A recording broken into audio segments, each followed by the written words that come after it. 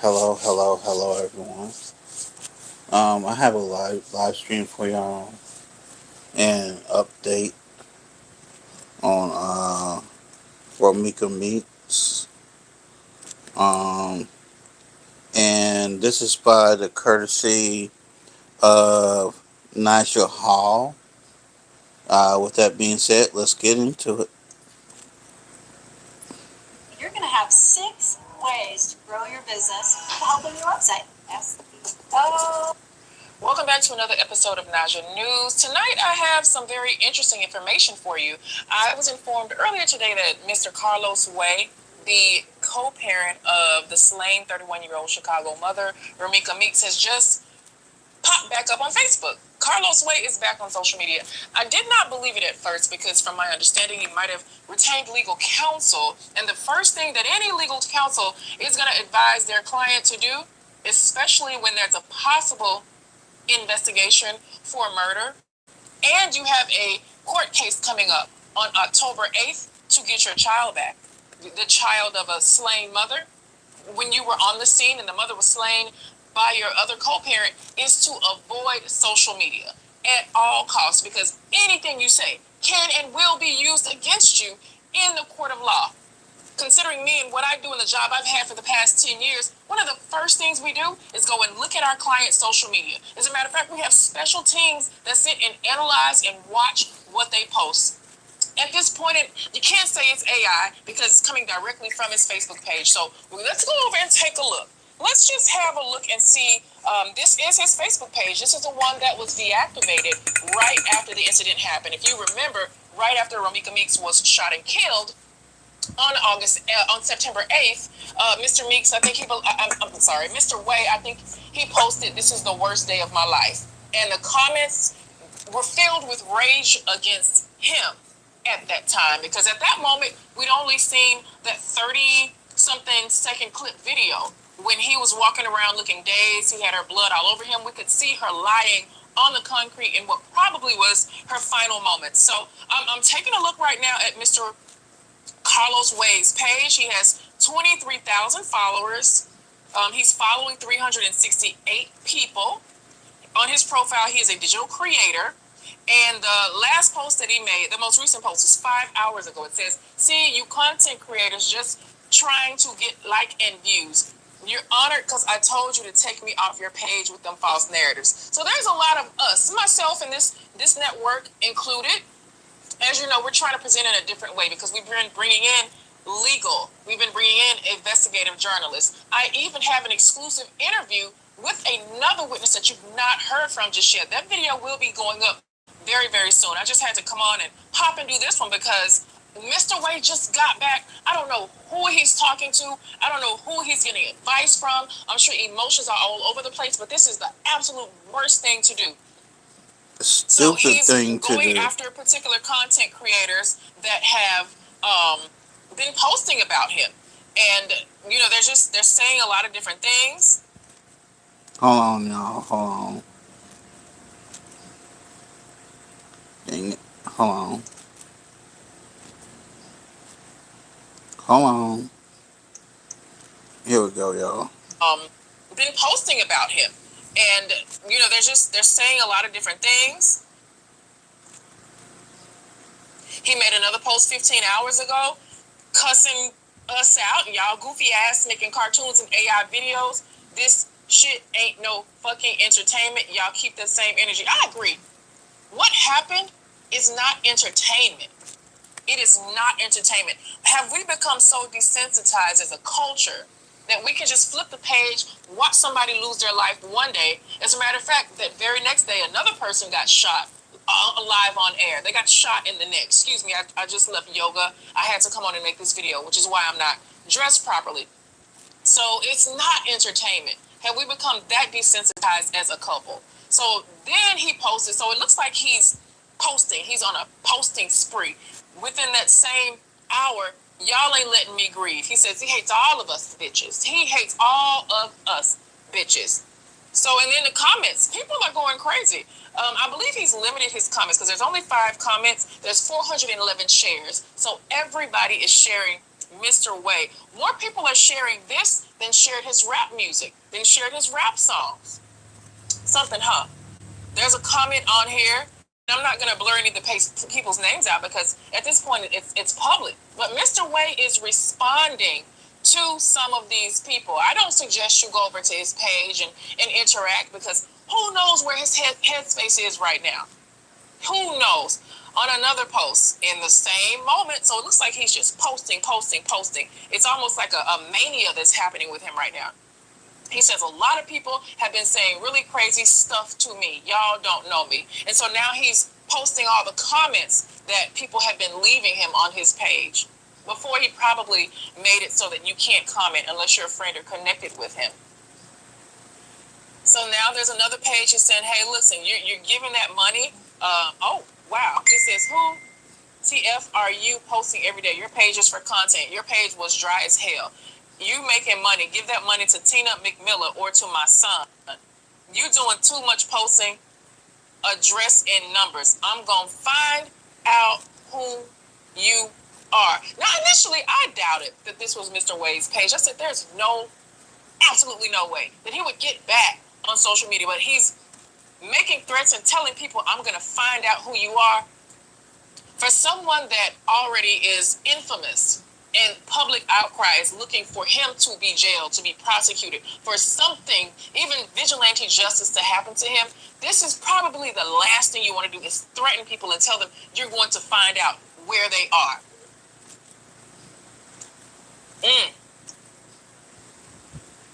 Okay, so let me just go. He says, give that money to Tina McMillan. Tina McMillan. Oh, my God. So Tina McMillan is... I'm not sure if she... Okay, so this looks like it's... This is Romeca Meeks' mother. So none of them... I find it strikingly odd. None of them have blocked Mr. Carlos on social media. They still are connected to him. He was still able to tag. It lets me know that he's not blocked from Romeca's mother's page. That's interesting.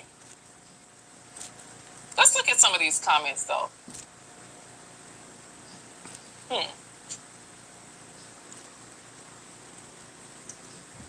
Okay. So, yeah. They're posting. Some people are giving him love and showing him support. Most people are not. And as you know, over here, the work that I do, I remain unbiased in situations like this. However, if this was one of my clients, my God, I would say, shut the social media page down and deactivate everything. You go ghost and you go completely silent for a while. So then, we're just going to still keep scrolling. Okay, so 16 out, and this is really interesting. Ooh, he says, stalker is crazy to me. I didn't know her number or address. And in the video that I have coming out on Monday, when I'm interviewing one of the eyewitnesses on the scene that nobody has talked to yet, and also it's been confirmed from another source that he didn't have her physical address, didn't know where she lived, but she knew exactly where he lived because he was a block away from their child's school. He said, I didn't know her number or address. And on August 20th, if y'all know what she did before she recorded me, y'all will be like, for real? God damn. Who is typing this? My God, Chicago public school system. I went to Memphis City school system, so I'm no shade because we're on the same. But damn, Mr. Los, do you rap like this, sir? Mr. Los, I want you to come down and on the Naja News show. When all this blows over, I want you to come down on the show because I have some very specific questions for you about the nature of the relationship that you had with both women at the time of Romeca's death. I'm really interested to see. And some other questions. He said, but moral of the story is I went up to her job and told her boss on her because she supposed to been on the clock. I loved her, but she used to be on my ass. Okay. That means we know that she was tough and tumble.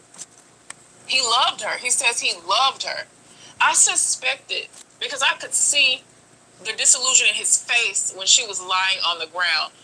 I don't even think it was real to him just yet.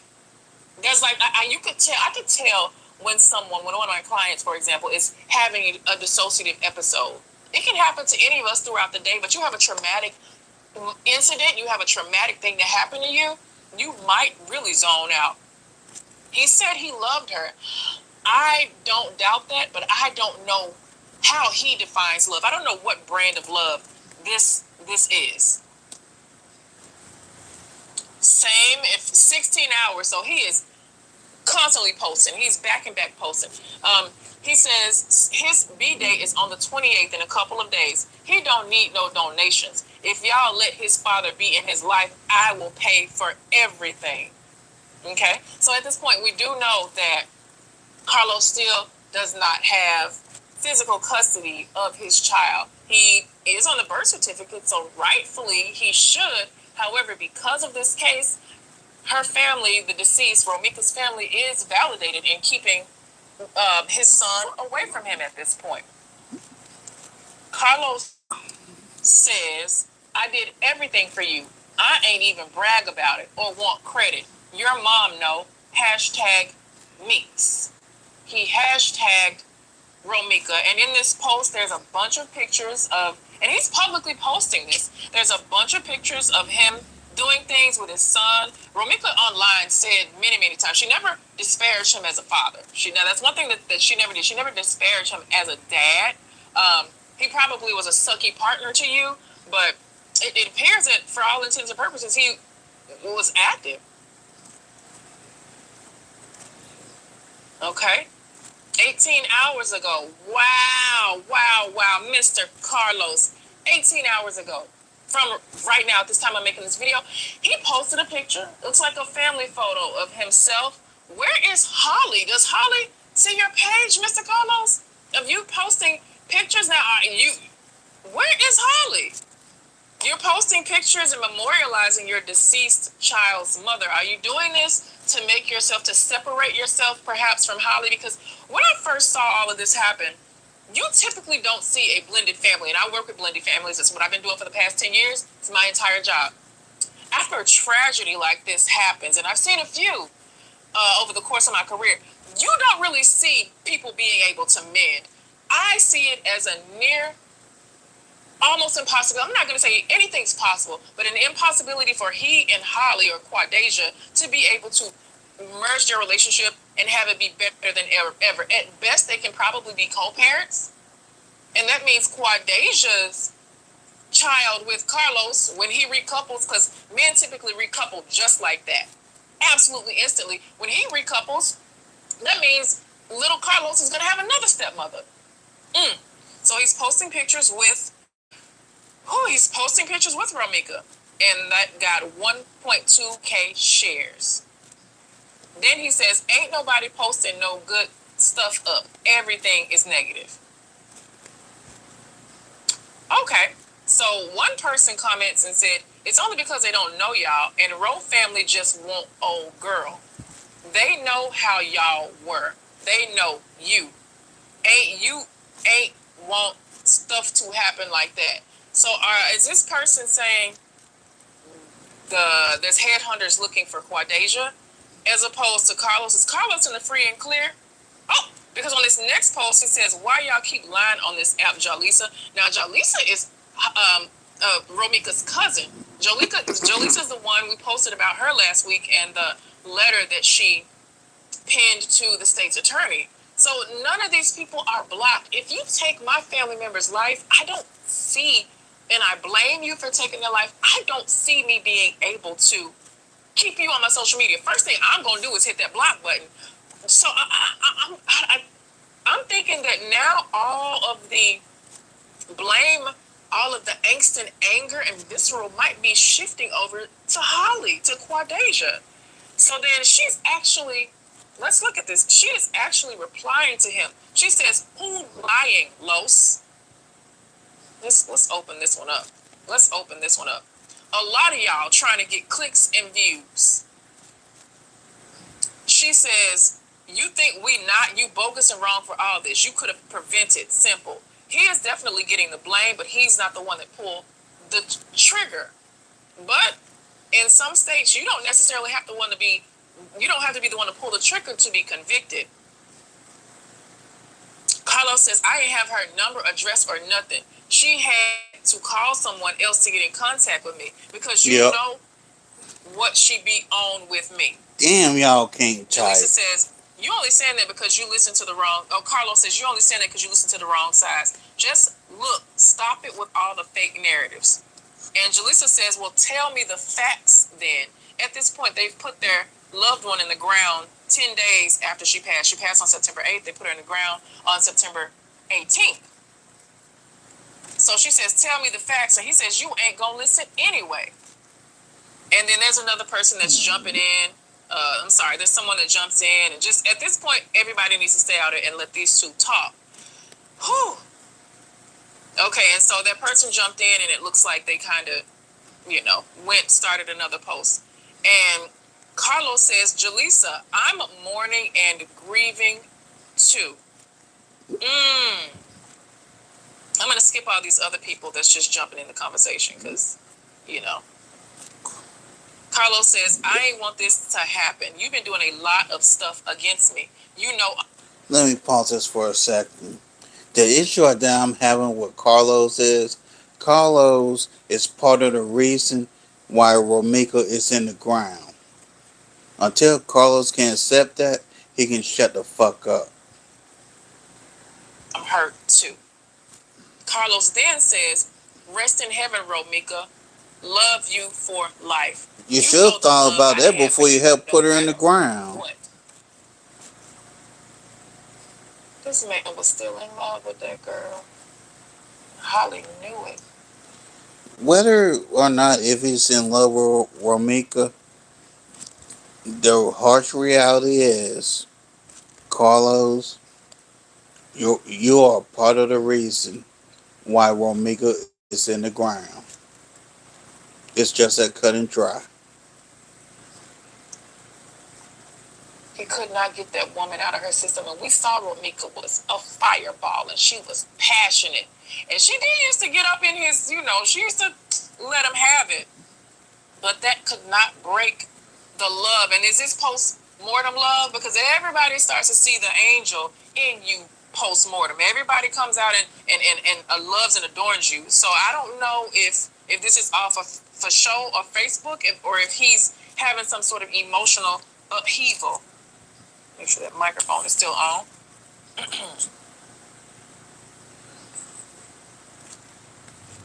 Okay, so this is interesting. So Jaleesa is commenting on the post, and she says, you claim you left out at 8:39. How were you still there if she was late?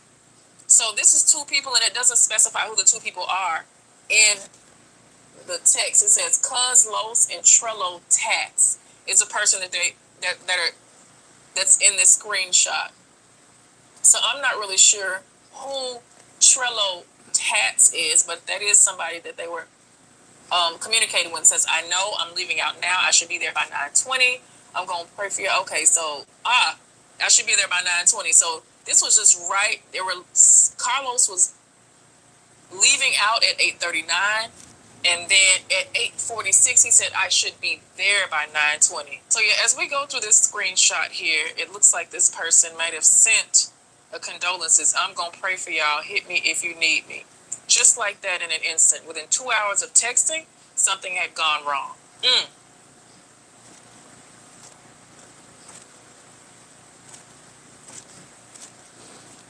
The rest of this is just people commenting. Jaleesa says, we know the truth, so stop. You trying to justify why my cousin is gone. You're bogus.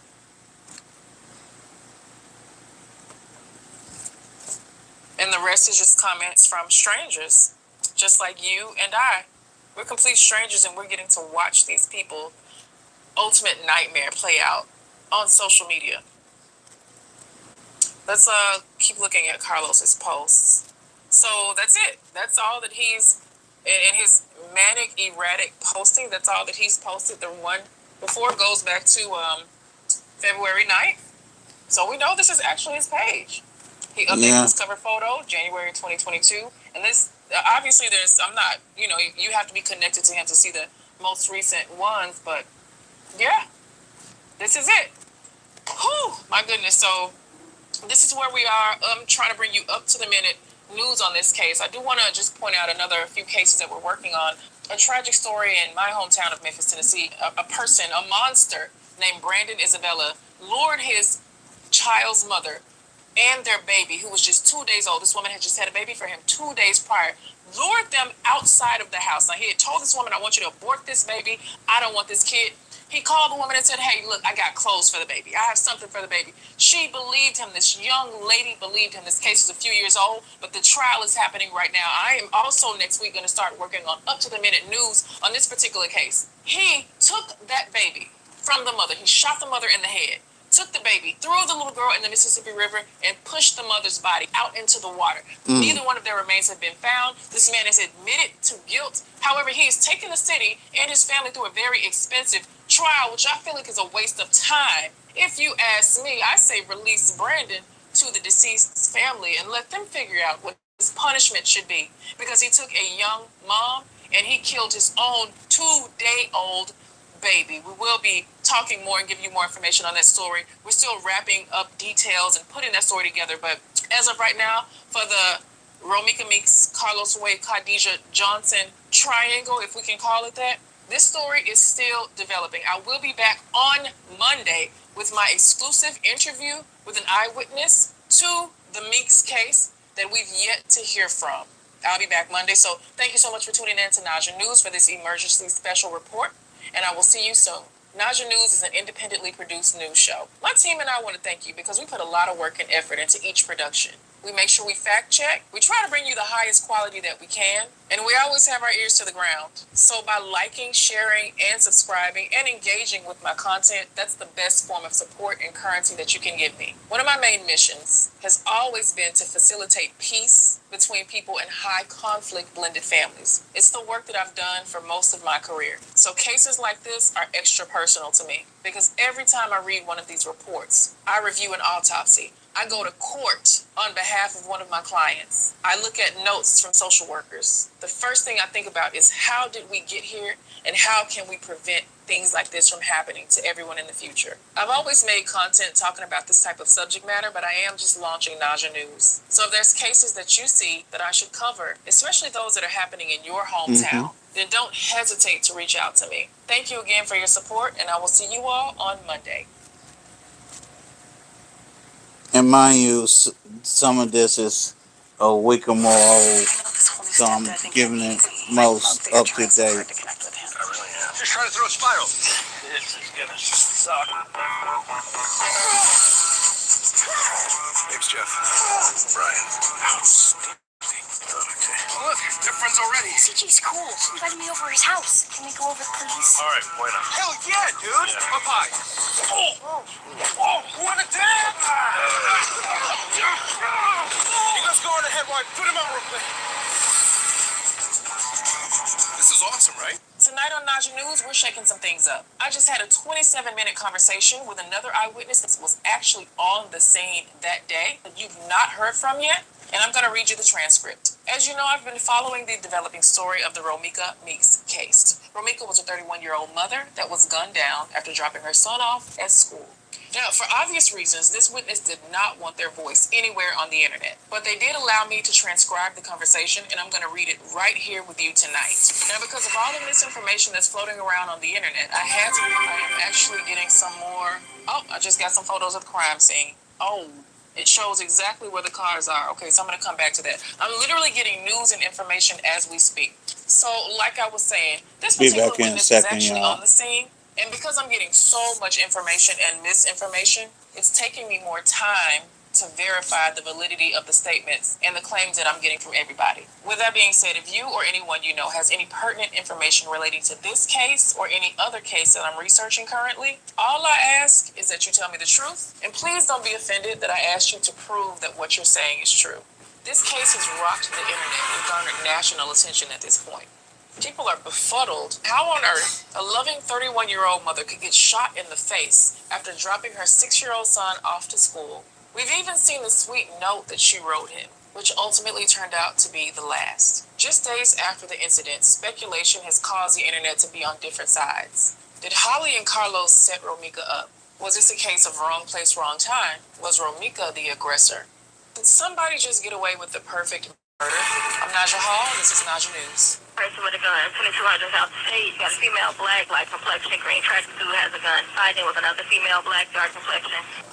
So let's walk through this together. Police scanner audio reveals that a fight broke out, followed by reports of a woman seen with a gun. The incident happened after 9 in the morning on September 8th at Romeca State.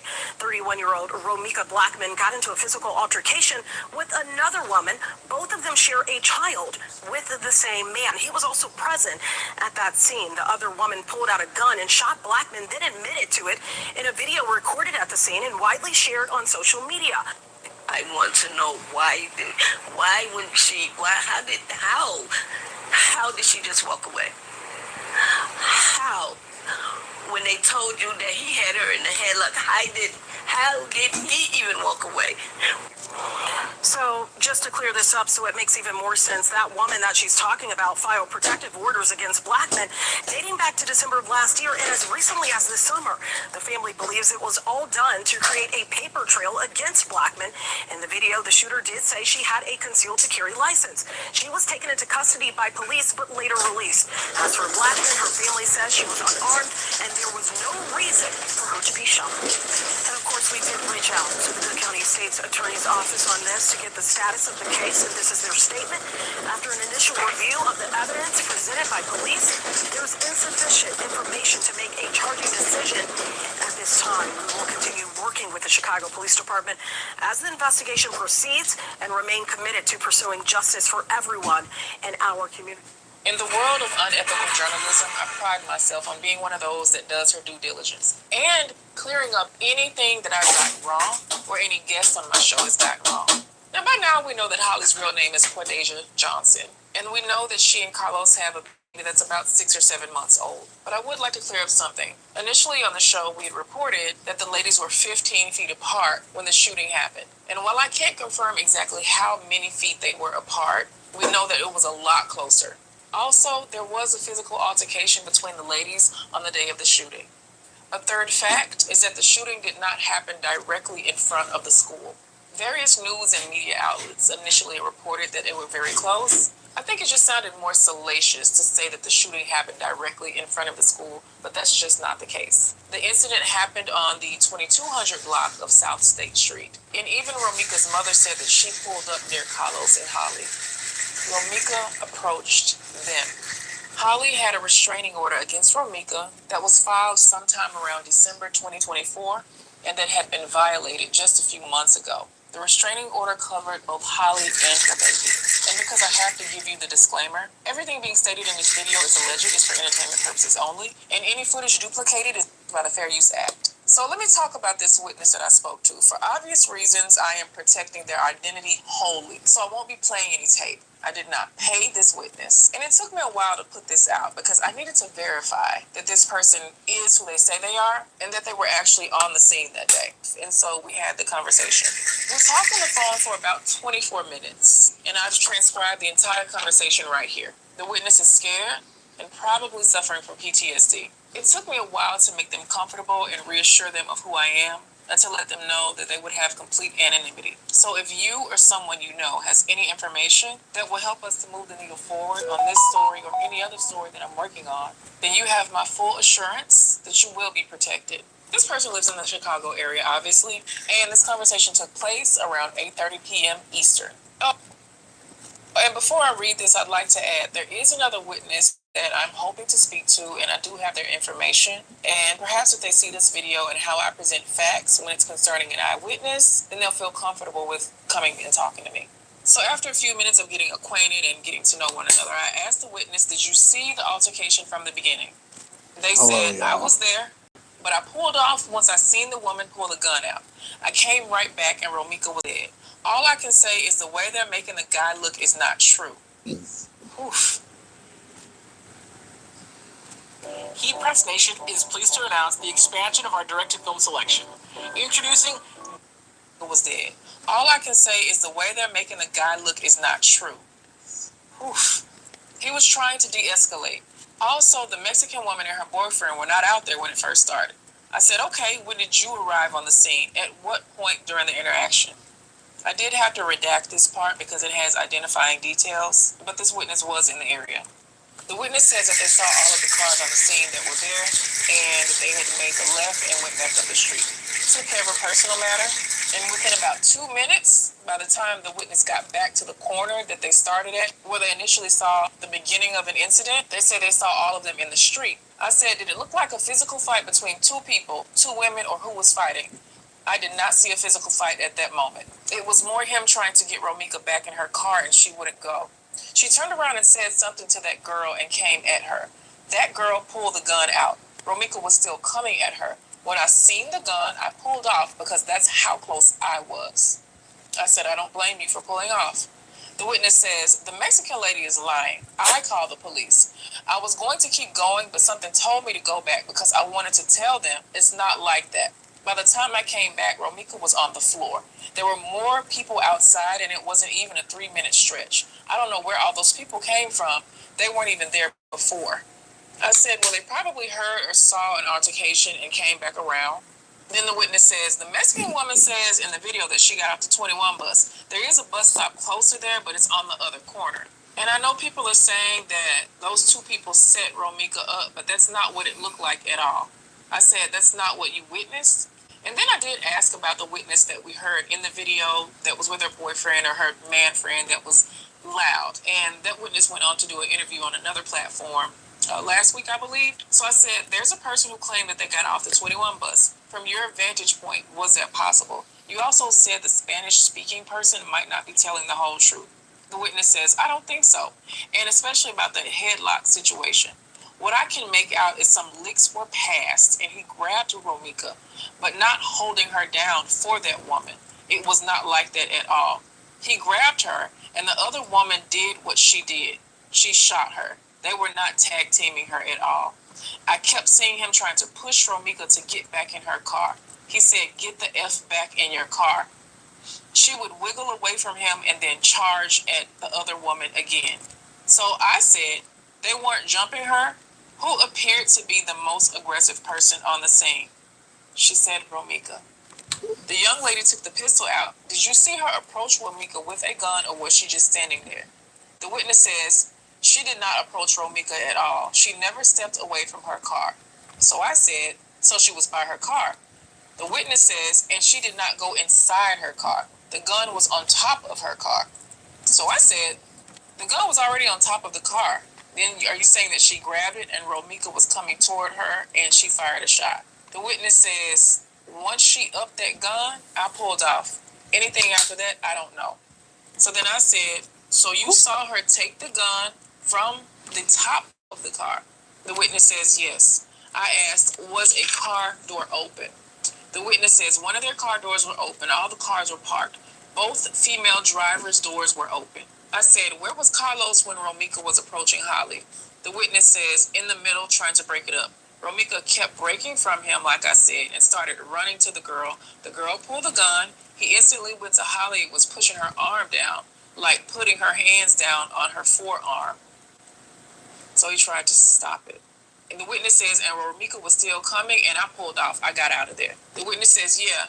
And he grabbed her, and that's exactly how it happened. What I did witness was that man trying to de-escalate. That's the honest truth. Then I said, as for his emotions, he seemed shocked. Most of us don't know what we do in that situation. And the witness said, exactly, and he kept telling the crowd to get back. He was just standing around walking in circles, dazed. And a lot of the bystanders were really loud, and it was a lot happening. And he probably thought that they would attack Holly. And then I had to ask about the Latino or Spanish couple, of the people with the Spanish accents again. I said, from the video, I saw a man walking around and a girl that was angry or loud with a Spanish accent. Those two were the loudest and most recognizable voices in the video. And the witness says, yeah, I think they might have been a couple or they were at least together or something. The witness really went on to be regretful and lament about how they couldn't show up and do an interview because they see the online discourse that's happening and they wanted to clear it up and tell people what they saw. Now, this really flips the narrative, and it de-villainizes one person and makes the other look like the aggressor. This fall, heel pain and sore arches won't stop you. Hand-stitched leather boots deliver lasting comfort. Arch support eases pain, keeps autumn walks comfortable and strong. Waterproof shoes built to last. Handle wet leaves. Villainizes one person and makes the other look like the aggressor. In the next portion of the conversation, I let the witness know that I did request the 911 tapes, and since they were one of the people that called the 911, then myself and probably other outlets would be playing the tapes. And the witness says if that's the case, then that's fine. I just don't want to do any interviews with my voice right now. I did call the police because nobody else was trying to. If the video comes out or if you put it out, you'll hear exactly what I told the police on the phone. And if there's video around, you can see my car in the area. I was there. I asked the witness, has Chicago PD called them?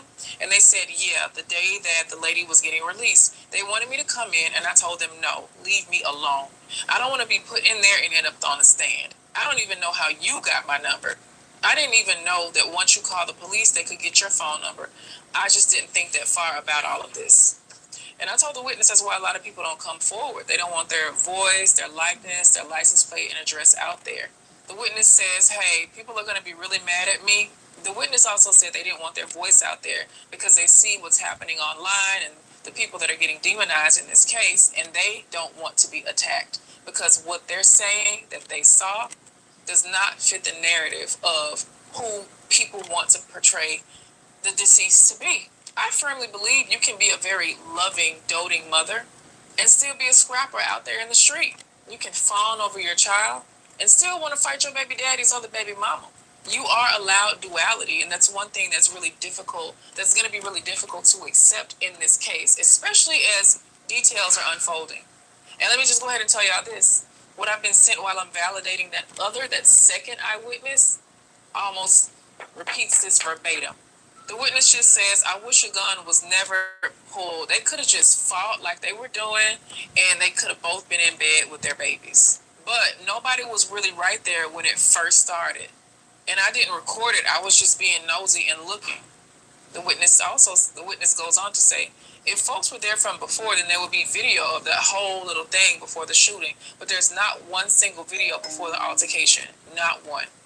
So then I asked, from the time you saw them getting physical until you pulled back around, how long was that? The witness says it couldn't have been any more than about 2 minutes. The witness goes on to say, I had pulled over to talk to the police. Then I was going to keep going to the grocery store like I was on my way to do. Something told me to go back because I wanted to tell them what I saw. I wish I would have said something then, but that gun, the witness voice cracks. It was so fast. Once I seen the gun, I left, honestly. I'm glad I left. I don't ever want to see somebody's life ending. Even though I seen her out there, that's still in my head. I think about that woman every single day, all of them. I wish it was another way. And I asked the witness, could they hear any words? Could they make out what any one of them were saying? And the witness says, one thing that Holly did say out there was, you keep fucking with everybody about this. You keep fucking with everybody. She said that. And also, I've been seeing Carlos or somebody put up videos of Romeca being aggressive outside of Disney. And I said, yeah, I saw those. And the witness said, yeah. Is that what you saw that day, like in those videos? The witness says, I did. His body was in front of hers, and she was in her car door. Her car door was open, and she was standing up. I really couldn't hear what Carlos was saying because she was the one yapping. It's an interesting use of words. So I said, what was she saying to him? I really can't remember, but she was the one talking. I said, was she yelling or talking like you and I? More high-pitched, but not super loud with profanity. That's why I stopped my car initially. She was standing in her driver door, but he just couldn't just pull her in the car and make her sit down. She stood in it so he couldn't push her in the car. She said something, then turned to Holly. Then Holly said something. Then Romeca turned to the side, ran around Carlos, and started going toward Holly. And she asked her what, and I had to take this part out to redact it, what something was. She went at her. The other woman literally turned around, grabbed the gun off the top of her car outside, and I pulled off. She was still going at her. While he was breaking it up, Holly said, "I'm tired of you fucking with everybody about this." That's all I could make out that was said. I really can't even remember anything else after that. I just thought it was a regular fight. So I asked, so when Romeca was standing in her car door and talking, was Carlos across from her? Because at this point, I'm trying to get a good gauge of where everybody was. The witness says no. He was literally at her car door trying to get her back in the car. I said, "And Holly?"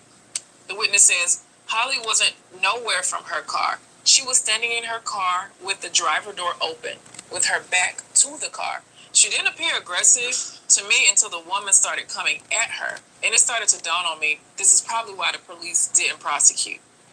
Yeah, Hey guys, I made I this was quick trying to review figure video that for my out subscribers to let as you know about a well. great survival resource that I'm giving away. Didn't prosecute. And also, they Yeah, know way more than we know. This is speculative, but I'm willing to bet that Holly and Carlos were probably able to show previous conversations where they were being threatened and Holly felt valid in her fear against Romeca. And just to add another point, I got some screenshots from another source, and they corroborate this version right here. And they say that Holly's baby was in the back seat of her car, and Romeca was going for one of the windows. So if that baby was in the back seat and she's going for the window, and keep in mind the restraining order protects Holly and her baby, I'm just trying to understand how we could go from a physical fight to a gun being drawn. But let me get back to the witness statement. The conversation went on for a few more minutes, and I did ask the witness would they be willing to allow me to record their voice and skew their voice. And the way we edit voices, nobody could even tell if you're male or female. But the witness declined, and I have no choice but to respect that. The witness did say, "I wish there was a way I could help him, but I really don't know what else to do because I don't really see what they could charge him for. I saw him try to smack her arm down. He looked so stressed out. That man looked lost. He looked dazed." That's the crux of the conversation. And this changes things. This changes the narrative on what guilt looks yeah, like. changed a On the lot. last video, we talked about what the possible charges could be if the state decided to prosecute. Would it be involuntary or voluntary manslaughter, first or second degree murder? Chicago doesn't really recognize third degree murder. If Romeca did pull up and approach them at the 2200 block of South State Street, the school was not there.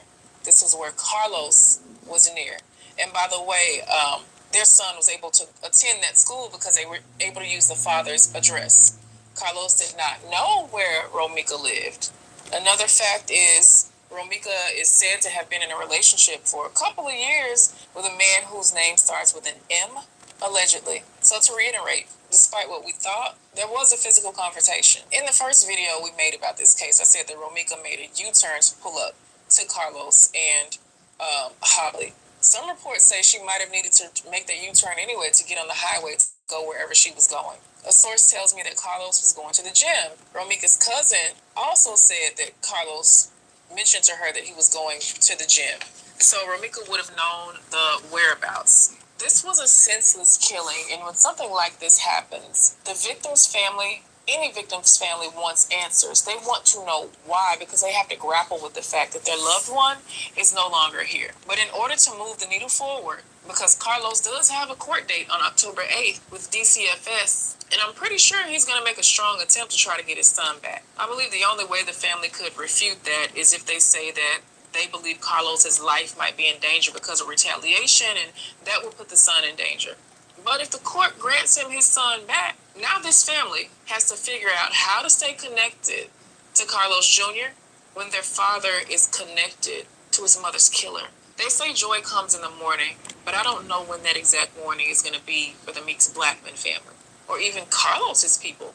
Holly has to reconcile that she took another mother away from her baby.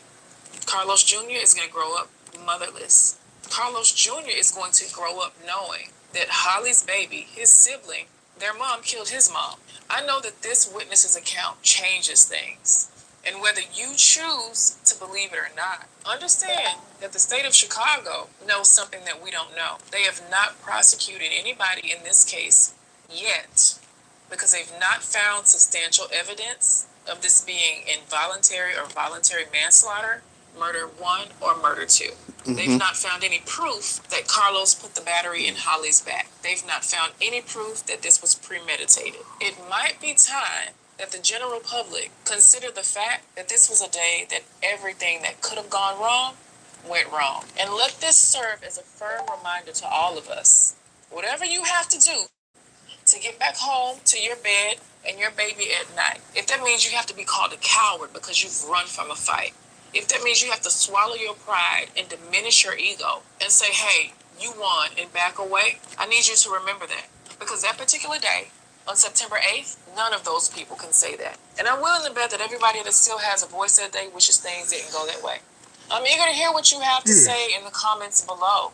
Does this change your mind about how things could have gone that day? Are you choosing to believe this witness or the other one? And I am on top of this case, so make sure you like, follow, and subscribe to Naja News. Thank you for watching.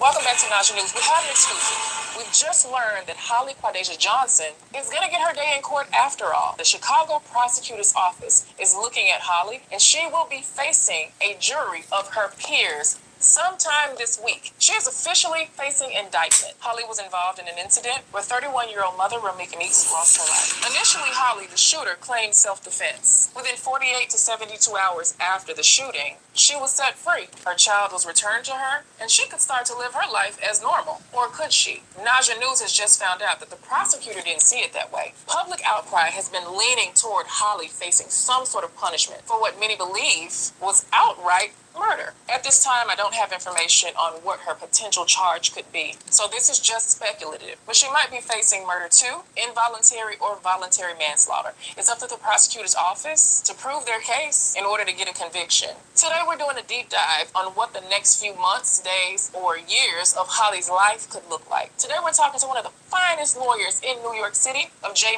Law firm. Joe was once a member of New York's finest, the NYPD. While on the job, he was indicted for a felony. And then once he was able to clear his name, he became an attorney. I thought Joe was the perfect person to talk to today to walk us through what the next few days and weeks are going to look like for this case. Joe, welcome to Naja News. How you doing today? Thank you, Naj. Always a pleasure. Absolutely, absolutely. So, Joe, just looking into it, when you and I were talking off camera, now, she has not yet been indicted, and I kind of want you to teach us what's happening. Talk to us like we've never been, I don't know anything about this, like we've never faced charges before. You have, though, Joe. Yes. So what happens when someone says, you know what, I want to convict you of this particular thing? What's the next step that she could be facing? Fantastic. And I read, like, preliminarily, the police did detain her, but released her without charging her, which is not uncommon because they need to gather their facts. I'm sure they interviewed her. I believe she may have given a statement either through her attorney or individually to investigators, because it seems that there's a logical justification defense. She had an order of protection preventing the victim from having contact with her, and she also had a concealed carry. So it looks like she was doing everything lawful on its face. Now, for a justification defense, it's very important that the shooter, in this case, did not instigate the contact. So if she was the initial aggressor, she cannot now use the justification defense. But as the subject of a order of protection, just being there together is unlawful. So the woman who was shot was Romeca, and we do have conflicting stories on ended up in the same area, Joe. What we know at this point for sure is, like you said, she had the CCL, and she has, and I'm not sure if it's an actual stay away order or Chicago, New York. They have, but we do know that Quadeja Holly Johnson was able to prove or able to secure paperwork that said, I need Romeca to stay away from me, and the paperwork covered her 6-month-old and it covered her infant. So the story that we have so far and what we've been able to partially confirm is Holly Johnson, the shooter, and her child's father were in the school zone. Carlos, the child's father, lives about 1,000 or so feet away from his son's school. So it was said that Romeca was dropping her son off at school. She was running a little bit late that day. She dropped him off around 9:06. By 9:38, she was about to meet her demise. So it's said that she saw Holly Johnson, the shooter, and her child's father also, because this man has children with both of these women. It said that Romeca saw them standing here doing whatever it is couples do, and she might have pursued them. She might have come to where they are. Now, that is something that's yet to be determined, because we have eyewitness statements that saw a little bit of the incident, but no one's actually seen who approached who. So you're saying if Holly was near Romeca, even if Romeca was driving and saw Holly, if Holly was near Romeca and put herself near Romeca, then Holly looks like she might be facing charges, no?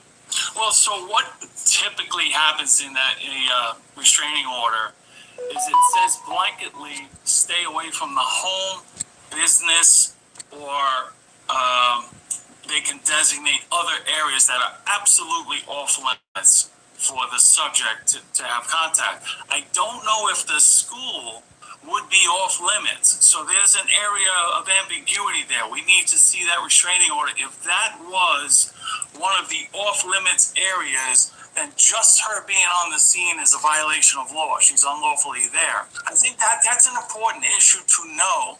But when you assert a justification defense, you have to be the victim of an assault or a threat.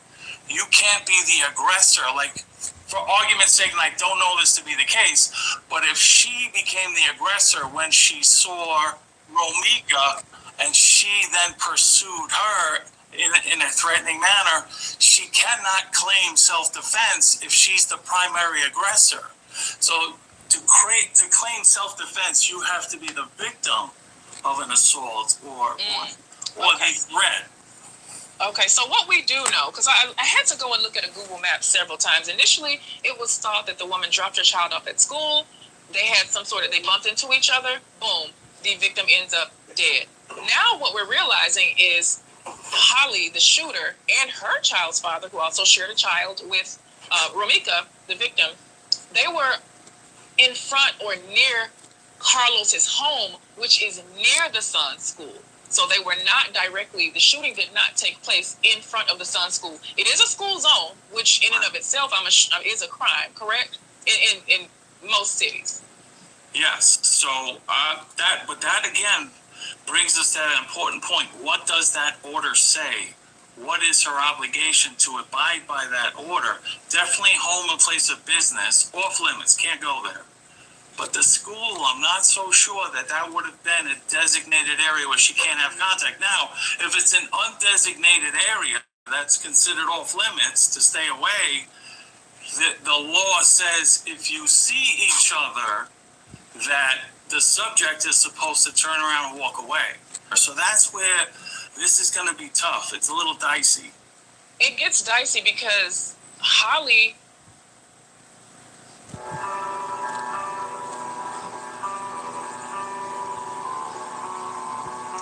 So that's where this is going to be tough. It's a little dicey.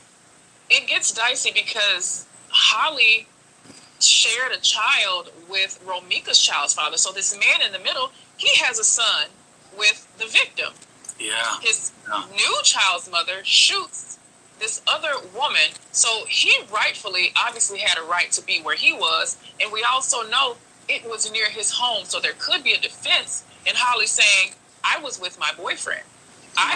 We were having family time. We were outside of our homes. I even looked at the way that the cars were parked. So now we've gotten this word that some people are being subpoenaed to come and testify. We don't know how many witnesses so far, but there's only 2 or 3 people. Well, there was 3 people in that situation. 2 of them are still here. And we don't know the charges. We don't know if it's man 1, man 2, involuntary or voluntary manslaughter. We just don't know that right now. Grand jury is a very informal proceeding as far as there's no judge, there's no court officers, right. It's the prosecutor, the court reporter, And the grand jurors, they're sitting literally 5 feet in front of you. So then, Joe, what's the prosecutor's job in all this? I understand what her defense attorney's job is and is not that day. The prosecutor obviously wants to get one for their team. They want to make sure they prosecute this person so they can add another notch under their belt. What is their goal? What are they going? What type of interaction are they going to have with the defendant that day? And the thing that we have right now, she's on camera when she's talking to someone on the phone. The victim is lying on the ground, bleeding out. The father is walking around trying to render aid. He's bloody from the victim. He's, trying to handle the crowd. She's on the phone saying it was self-defense. I have a CCL. So those were her words. And we have her on video saying that on the scene of the crime. Right. Yeah. No. Some would say that feels premeditated. Some would say this sounds rehearsed. And that's just speculation. So we can't say that for sure.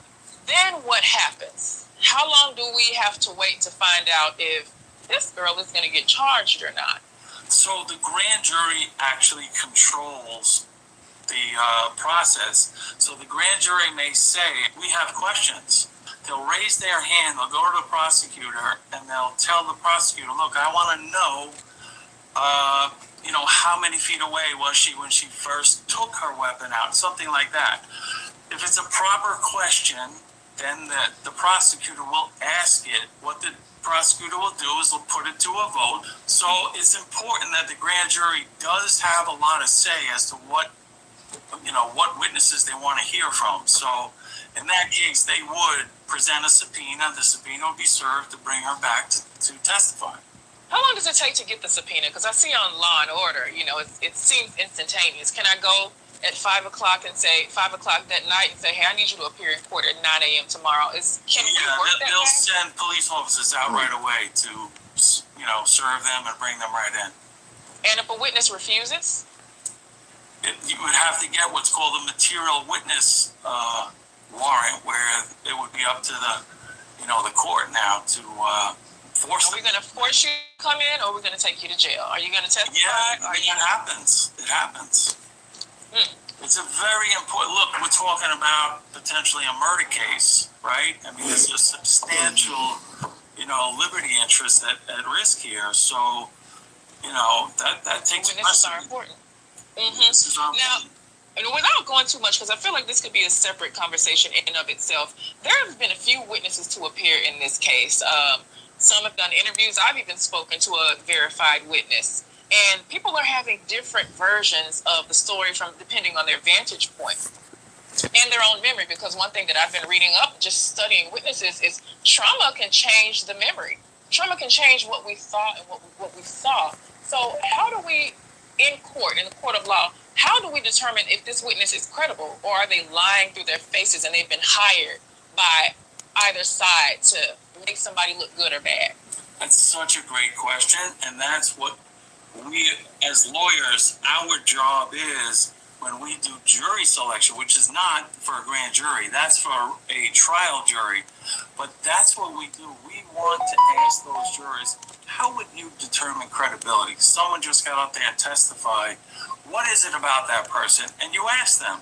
And so they'll say eye contact, or they'll say mannerisms, they'll say, seem to be like fidgety or whatever. So you'll hear as you start questioning the prospective jurors, because we ask them not individually, we ask the whole panel, but we'll ask one juror and they'll speak in front of the whole panel. We want them to hear, this is your job. Your job as a juror is to determine the facts. The judge will determine what law applies, and then you apply the facts as you've determined them to the law. That's what a jury's role is. So, in that case, you really need to know what jurors' prior experiences are, any biases. Do you have police and law enforcement in your family? Do you have attorneys in your family? Are you an attorney yourself? Have you been affected by murder? Yes. Those are all standard questions, whether you have law enforcement, whether you have been arrested, or close family or friends have been arrested, or victims and crime victims. All of that is fair game in a jury voir dire. because you really want your jury not to be biased one way or the other. Otherwise, it's academic. You know, I mean, Joe, one thing I've learned from doing the work I do, we all carry a bias. Yeah. Where, some guy in a blue shirt might look like a categorical liar to me, and the guy in the yellow shirt, I could think he's an angel. And that's just based on my own trauma, my prior experience, and I've dealt with it. And those are the things that frighten me about having a jury of my peers to judge the fate of my entire. Tacos at Zaxby's? You know them. They took their famous chicken fingers and sauced them up. Frighten me about having a jury of my peers to judge the fate of my entire life and freedom. It's so true. And you know what? A lot of people could be incorrect, but they actually do believe what they're saying. Like it happens a lot with misidentifying witnesses. They really do believe that was the defendant, but they're wrong and they're mistaken. And I say to this to like prospective jurors, like, how many times did you go to a function and you thought you saw your friend from high school, and then when you actually got up to the person, like, oh, I'm sorry, I thought you were someone else. Like, it happens in real life, so it's entirely possible it happened here. So you have to. So there's so many intricate questions you have to ask in order to determine a juror's experience. And just to be clear, so the grand jury that will be a different group than the jury should she be indicted. Correct? Absolutely, totally different. Grand jury, they hear all kinds of cases. They vote to indict or not indict, and they're done. That's the end of their role in the case. Then it goes on through the criminal procedure. But when they do go to trial, it's a total different jury. Okay, totally different jury. So if she gets an indictment, then the grand jury will come back and say, they'll tell us the charge that they're recommending. Is that how that goes? Or who recommends it, the prosecutor or the grand jury? The prosecutor recommends the charges, and then they take them count by count, and they vote.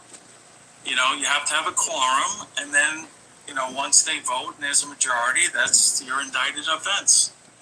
Okay, so then now you're at the mercy of these people. They make a vote. Let's just say they vote to indict on, and I'm just throwing this out there, on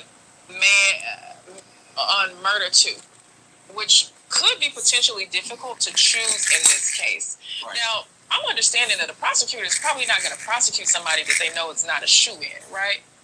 Prosecutors don't like to lose. It's not good. They don't like to lose cases, so they're going to present the case that they believe they have proof beyond a reasonable doubt. Don't forget, it's probable cause, a very low standard at the grand jury. Proof beyond a reasonable doubt is much higher. So when they're considering the actual charge, they may overcharge, but the real, heart of what they want to get at may be one particular charge. So they're going to look for the sweet spot. So if she's indicted of murder 1, murder 2, that might be an overcharge. So the jury, the jury could come back around and say she's innocent of murder 2. We don't think she did that, but we're recommending manslaughter or involuntary manslaughter. Or if you get one charge, is that it? They can't say, no, we want to go lower. Yeah, well, it depends on what's presented, and they'll present them one at a time, and they'll vote on them. And if the prosecutor doesn't present, so they'll usually start with the highest charge, and if they don't get an indictment on the murder, then they'll present, a lesser charge. And so that doesn't all happen at the same time? And I've not been through this before. So we're talking a different trial? No, it's the same grand jury. But same grand jury. They have to consider one charge at a time, and they all, because they collectively have to vote on it. So they'll present that charge. Hey, how do you feel on this? Okay, indictment, yes, true bill. Okay. Got it. Whew, okay. Well, Joe, this thing is getting so convoluted at this time, which is why I wanted to bring you in to kind of lay out some steps for us. And if this person, the shooter, does not get indicted, does this mean she is scot-free? It was a valid shooting, and she is not at fault. Yeah, that's essentially a lawful shooting. It's possible to re-present to the grand jury with new evidence, but they'd have to get the permission of a judge to do that. But it's not unprecedented. It does happen. Okay, so if she doesn't get indicted, then let's just say they come back 6 months from now and say, hey, we want to just try this again. That's possible. However, if she gets indicted and beats it, then we're done. Yeah, yeah. That's it. That's double jeopardy. You can't be tried twice. Ooh, okay. And if she gets charged, then obviously she'll have to pay a debt to society. If she's convicted. If she gets convicted. If she gets convicted. Joe, I appreciate you for clearing this up and lending us your legalese here today, because this is all getting a bit confusing. And it is very complex. You're not alone. It's very complex, and just as you go step by step, like right now we don't have a lot of facts, so it's hard. So now we wait. It's just kind of a waiting game for all of them, and those of us that are observers and making commentary on this case. We will be back with details. Joe Murray of one of the top law firms here in New York City and New York State, I thank you so much for joining Naja News. While things are absolutely up in the air now, just like Romeca's life was in Holly's hands that day, now Holly's life and her fate will be in the hands of her peers. 12 of them to be exact. Well, we just don't know what's going to happen in this case, but I'm going to keep you informed. My name is Naja Hall, and for those of you that have just met me, I want to tell you a little bit about me and my style of reporting. But before I do that, I see the comments, and I understand why some of you might be directing your anger at me. What I'm going to say doesn't always go with popular opinion or your perception of what the truth might be. I can firmly admit that I do not know the truth in this case or any case that I'm discussing, because I simply wasn't there. And while I can personally stand beside the witness statements that I present, I can't tell you if these people are telling the damn truth or not. My job is to verify that they were where they say they were, to get them to show me and validate that they have a connection, to transcribe their story and present it here. And yes, sometimes I do read witness statements, because people are simply afraid to lend their voices and their actual likenesses to the general public. My God, look how y'all are going in on me in these comments. Well, I can take it. Most people cannot and should not undergo that type of scrutiny from pure strangers. I'm going to keep on reading you witness statements when they're not comfortable appearing on the show. If you yourself have a statement for me and you want me to skew your voice and allow me to use your voice, that's exactly what I'm going to do. If you provide me with anonymous information, my sources are safe with me. Now, there's some of you out there that understand that a bias exists in all human beings. When I'm presenting you a story, that means I've taken my own bias out of it, and I'm handing you the facts for you to do what you want with them. I am the messenger in this case, and all cases. I often do think pieces, and if you look around my channel, you'll notice that I've been on YouTube for about 13 years now. I am brand new to doing content in this space, but looking into cases, crime, especially those that involve poor impulse control, family violence, mental illness, personality disorders, co-parenting, step-parenting, I'm going to be delving into a lot of cases that tug at your emotions. The person that you've come to hate over the past few months or years might appear as a topic on Naja News. And while I don't intentionally humanize monsters, I will very much share with you the human aspect of them, because that's what humanity is all about. Real human beings do monstrous things every day, and monsters can pretend that they're human. For those of you that are here and like to dialogue and like to talk and like to challenge thought and even challenge me respectfully, I can appreciate that. I'm not always right, but you all have already seen me publicly state that information that was shared on my channel, not even for me, might have been inaccurate. I don't know too many content creators that can do that, but my ego isn't in such a place where I can't admit that I'm wrong. When I don't know something about a case, which I don't know a lot about most things, I'm going to bring in an expert.